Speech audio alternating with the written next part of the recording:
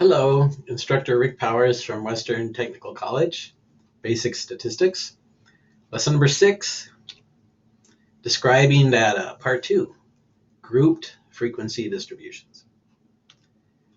Now we're going to extend the idea of the frequency distribution in order to organize data which is not just single-digit whole numbers. We need a grouped frequency distribution where we decide on specific intervals for our numbers and then count the number of measurements in each interval. This data is the time between eruptions in seconds for a random sample of 45 eruptions at the Old Faithful Geyser in Wyoming. So how do we decide how to split up our data set? Here are some very important ideas. We want evenly spaced groups. We do not want any overlap. And we can try to fit the data into about 6 groups, somewhere around 5 to 7 groups. This last idea about the number of groups is based on the psychology of perception, since most people are not able to see more than 6 items in a single look. So it will be easier to receive the information about the data if a person can see it all at once. If we take another look at the data, we see that the minimum is 672 and the maximum is 738. We want the data groups to contain all the data.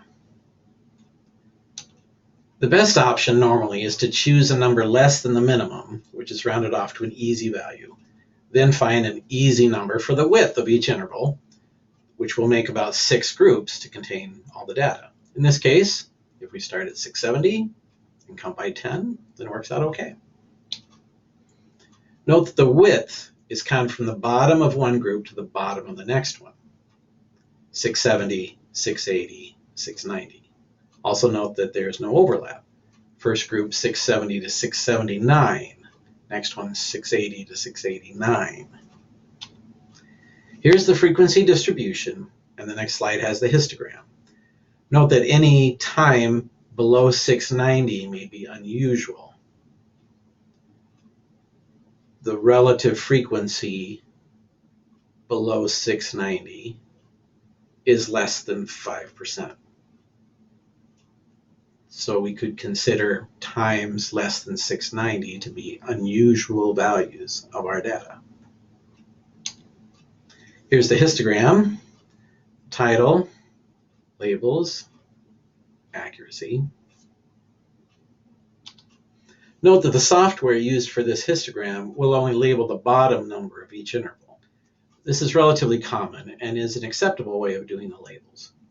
You could also label each interval with the entire interval name, such as 670 to 679.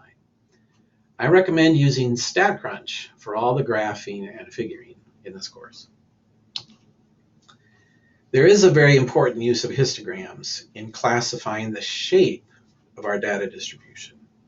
It's like in biology, knowing where's the most likely place to find the animal and when does it come out to feed.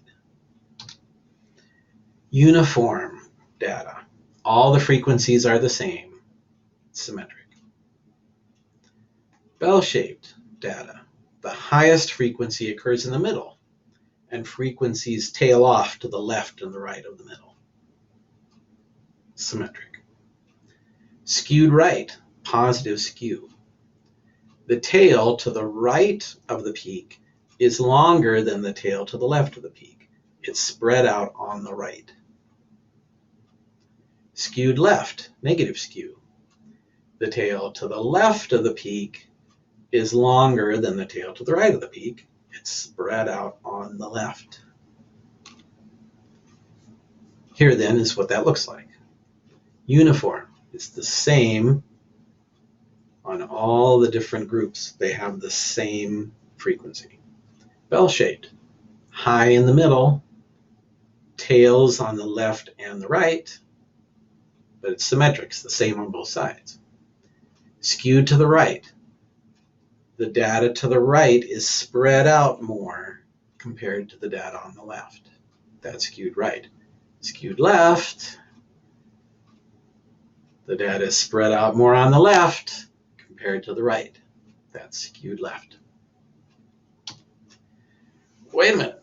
How can we know that our choices for the starting point or for the width will give us a good view of what the data actually looks like. There's no exact rule for where to start or what interval to use.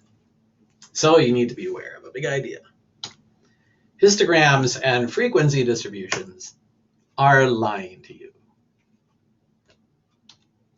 Whenever we create a frequency distribution or a histogram, we affect the information that will come from it. Consider the following histogram using our same data of time between eruptions, but starting with 660 and counting by 15.